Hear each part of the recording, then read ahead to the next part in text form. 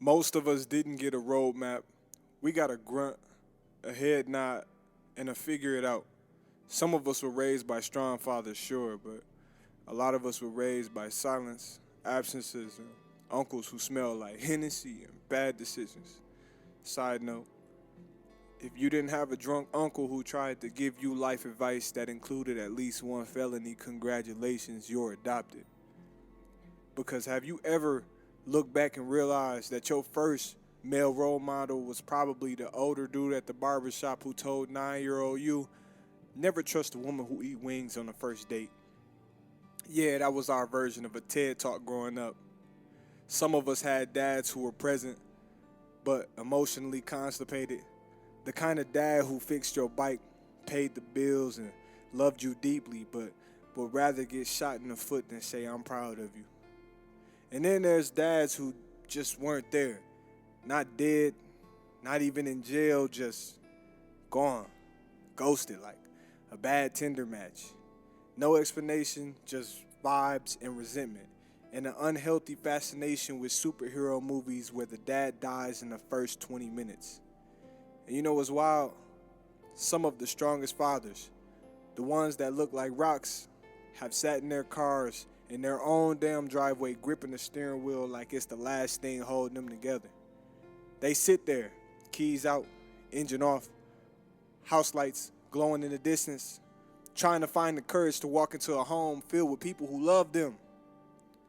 But that's not because they don't love their family. It's because of the pressure and how it feels unbearable.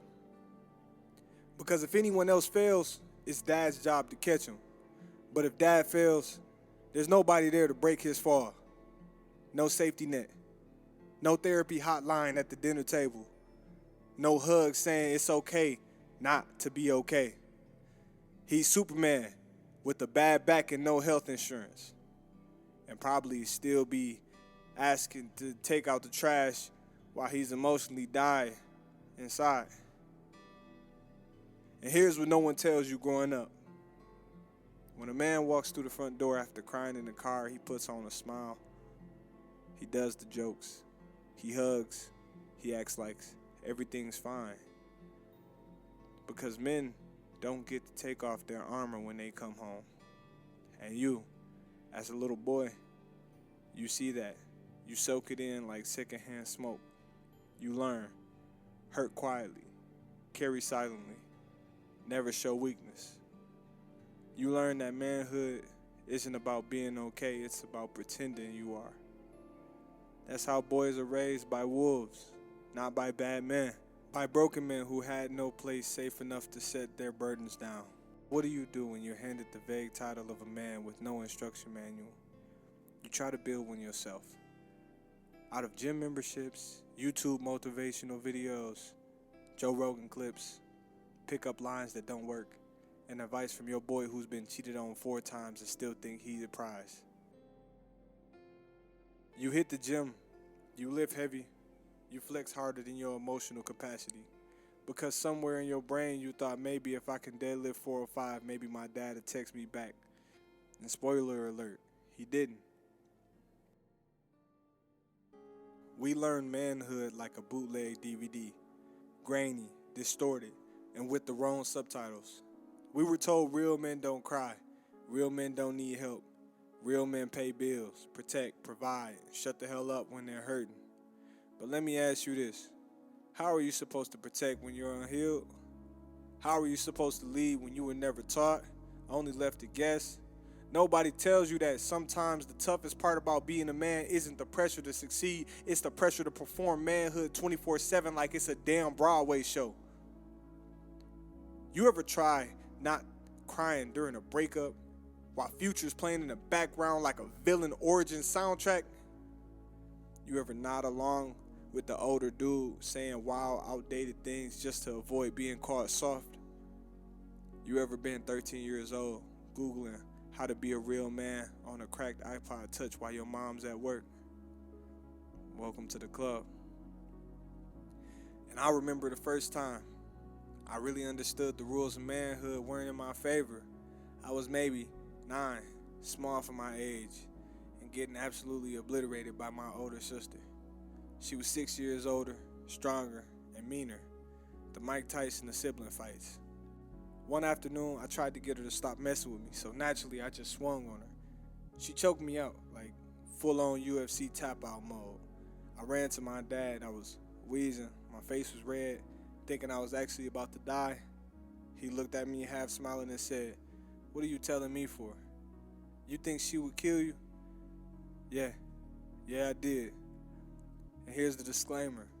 At no point during this interaction did anyone consider, hey, maybe the 9-year-old shouldn't have to survive the Hunger Games before dinner. Then he said something I'll never forget. She'll never let her younger brother beat her. Never. Even if she has to break your arm. And funny enough, that day I learned something critical. If you're going to fight, you better be ready to take it further than anyone else in the room. Not because you're angry, but because nobody's going to save you when you're down.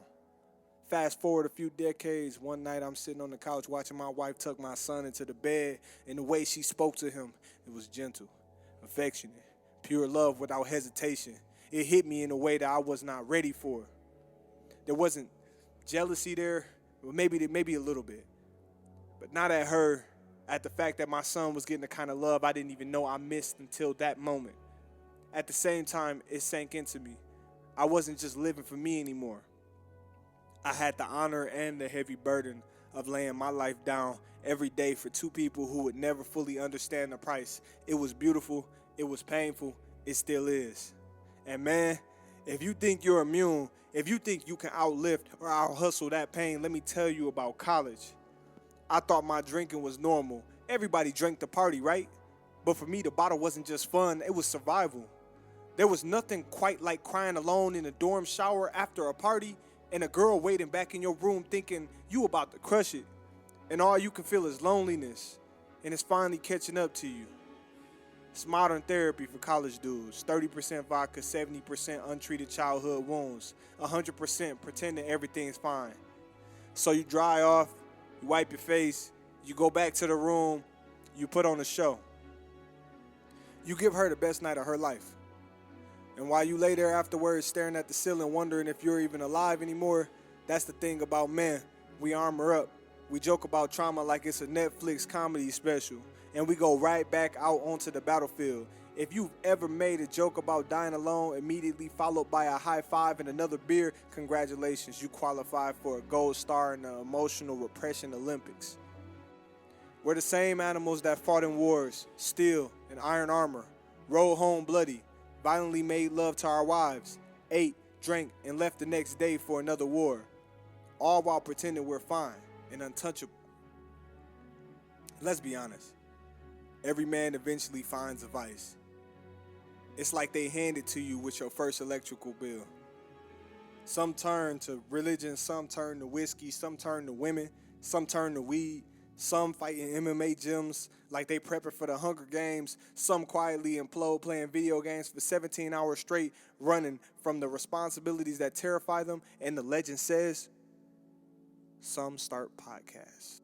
We all got something, all of us trying to fill the cracks in the armor, because deep down most of us are walking around like a busted iPhone screen, functional, looks okay at a glance, but you touch the wrong spot, the whole thing glitches out. Life isn't as competitive now. We don't need to fight for food or territory. We fight for validation. We fight for a sense of place in the world that's confused about what the hell a man even is supposed to be anymore. And without purpose, men rot. Not dramatically, quietly. On couches and cubicles and marriages and silent, private deaths nobody sees. Some of us were raised by wolves, some by hip-hop and broken playgrounds, some by single mothers who had no choice but to be mother and father, queen and soldier. But here's the good news.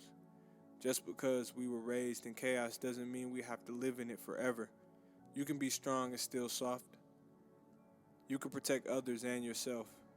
You can laugh, heal, be horny, be broken, be tired, and still be whole. You can be the one who says, this cycle ends with me. And the craziest part, nobody talks about it. Nobody says, hey bro, it's okay to feel like you're drowning. It's okay to feel lost. It's okay if you don't have it all figured out by 25 or 35 or ever. It's Instead, we hide, we joke, we flex, we suffer silently, and we wonder why our fathers never said anything either. This chapter ain't to blame our fathers. It's to understand what we were and weren't given. To laugh a little and cry if you need to, and realize you're not crazy. You're just carrying the weight of what nobody else dared to talk about. So here's to the ones who got it all late, who fumbled through manhood like it was an IKEA dresser with no instructions, who built themselves out of pain, love, laughter, sweat, heartbreak, and a little stupidity. You're not alone. You're not broken. You're just finally seeing it. And that's where real manhood begins.